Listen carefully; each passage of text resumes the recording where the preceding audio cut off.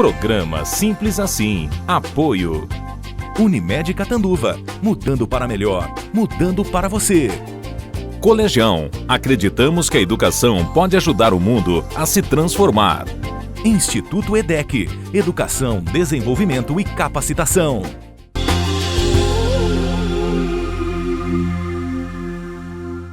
Imagina a cena. A criança corre para todo lado, a criança não para, ela liga e desliga a TV, ela vê trechos de filme e logo já se cansa. Na escola ela também não tem parada e já vem logo aquela pessoa dizendo é hiperativa. Essa criança geralmente sofre porque os adultos não têm muita paciência. Essa foi a pergunta de uma espectadora do Simples Assim. E nós trouxemos este assunto para a Fabiana nos responder. Ela é psicopedagoga e vai nos ajudar a entender um pouquinho mais do universo dessas crianças que são o tempo todo aceleradas. Muito obrigada, Fabiana, por nos receber. Obrigada por a você ajudar novamente, a gente a responder a essa espectadora que tem essa dúvida. A criança, ela já logo diz, criança hiperativa. Mas nem sempre a criança é hiperativa. Nem sempre. Hoje em dia, gente, é muito fácil se rotular. Não só a criança hiperativa, mas tudo tem um rótulo. O gordinho, o magrinho, o altinho. Então a gente tem que identificar por que essa criança está agitada. Porque muitas vezes dentro de casa a parte familiar também é muito agitada. Então a criança entra nesse ritmo. Brigas, bebidas, drogas, pais que não se respeitam. Então a criança acaba perdendo um pouquinho disso também. Esses videogames, eles têm um lado bom e também tem um lado ruim. O que acontece? A criança que fica o tempo todo num videogame, adrenalina mil, o cérebro acelerado a mil, aquela questão de eu tenho que ganhar, começa aquela competitividade. A hora que chega na escola, ela não consegue ficar parada.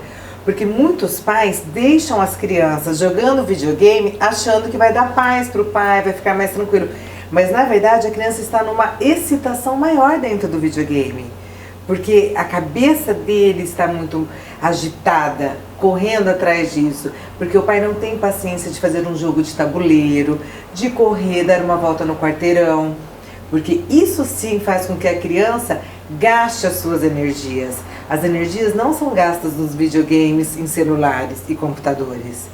E sim na parte de qualidade com os pais, o que não é mais feito hoje. Então nem sempre isso quer dizer, esse acelerado quer dizer só hiperatividade. É preciso cuidado no rótulo, como você falou. Muito O que mais cuidado. pode ser quando a gente diz que a criança está muito acelerada, além da hiperatividade? Ela pode não ser hiperativa. Ela pode ser uma criança mal criada e sem limites. Também. Né? Então os pais se separam, então um dia tá com a mãe, um dia tá com o pai, fins de semana vai com a avó, com a tia, com a madrinha, fica na vizinha. Então a criança perde a base do que é certo e do que é errado.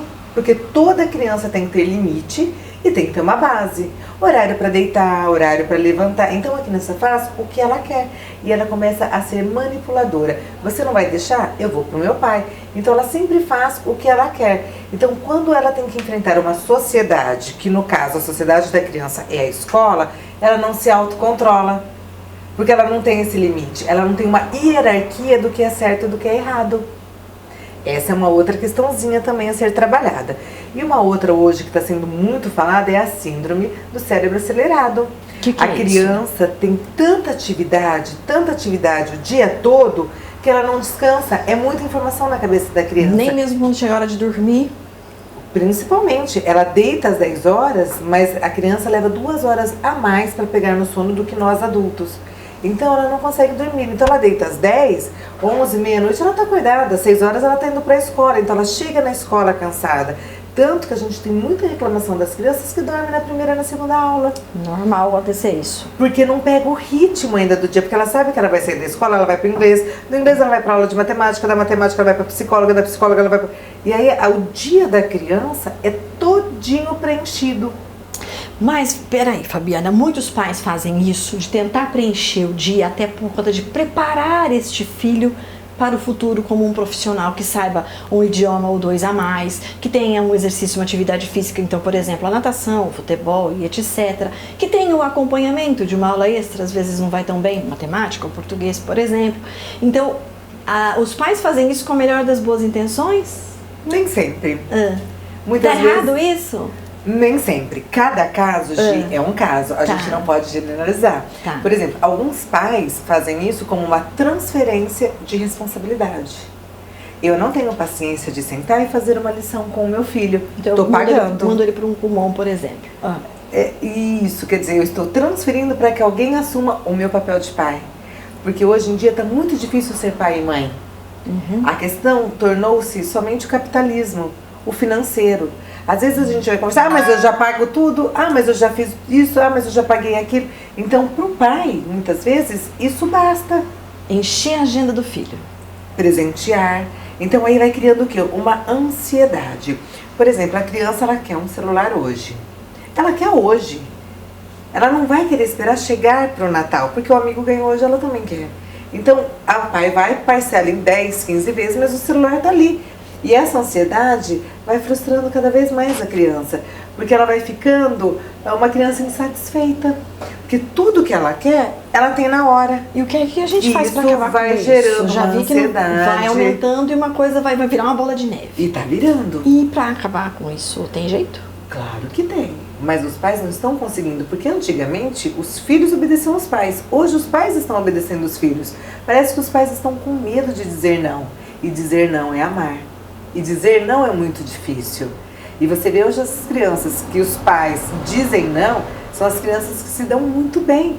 Num social, numa festa, na escola. São crianças maravilhosas. Tem crianças que chegam aqui e falam assim, tia, eu queria tanto uma blusa, mas meu pai disse que não, presente é só no Natal. Então existem datas para isso, aniversário, dia das crianças, Natal. E a criança tem que saber esperar. Fabiana, isso tudo é uma questão de comportamento, porque eu já ouvi dizer que criança também toma remédio, criança hiperativa toma remédio. Toma-se, quando é neurológico. Sabe, Gi, algum tempo atrás eu via realmente um hiperativo com um transtorno realmente neurológico. Hoje não, hoje eu tô vendo que é mais ambiental, é uma agitação constante, é uma agonia constante, é uma insatisfação, é um tédio. São coisas que os pais não estão percebendo, que as crianças estão sofrendo. Quer dizer, um pai não vai fazer, por exemplo, uma aula de jiu-jitsu, ele e o filho, porque é um momento de qualidade. Quer dizer, estou com meu filho, estou aqui, estou te dando atenção. Aí fica aquela carência afetiva. Carência de colo mesmo. De tudo, de tudo. Eu tenho algumas crianças que vêm pra mim que não tem nada. Não tem nenhuma dificuldade, não tem um transtorno. Mas não aprende. A hora que eu toco na criança, a criança se desenvolve. Então, é a afetividade. E é isso que está faltando. E é isso que está faltando. Hoje eu acredito que a questão da hiperatividade existe.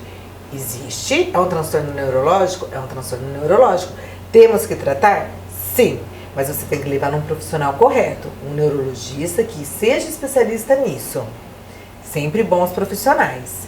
E depois existe todo um processo de desenvolvimento. Só que só a medicação não resolve.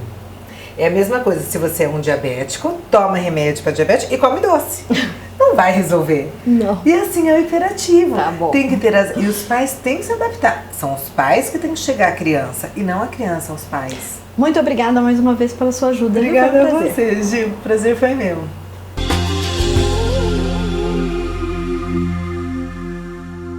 A Unimed Catanduva tem novidades para você que sempre desejou um plano de saúde com hospital referência, laboratório com certificado de órgãos internacionais e também médicos especialistas com conhecimento e de alta qualidade.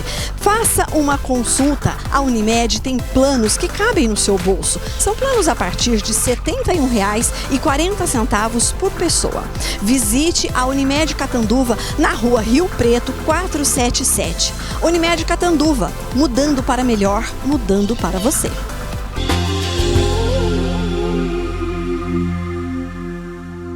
E nós terminamos o nosso Simples Assim, querendo muito que você tenha curtido e que agora você também compartilhe o nosso programa através das redes sociais e que continue assistindo o nosso canal no YouTube. Você também pode ver o Simples Assim através de todas as TVs associadas da ACESP, Associação das Emissoras Comunitárias do Estado de São Paulo, e pelo canal 7 da NET, a TV Cidade de Catanduva, que tem uma extensa programação e também outros programas de Catanduva. Tenha uma excelente semana, fique com Deus e até o próximo. Programa Simples Assim. Apoio Unimed Catanduva, mudando para melhor, mudando para você. Colegião, acreditamos que a educação pode ajudar o mundo a se transformar. Instituto EDEC, Educação, Desenvolvimento e Capacitação.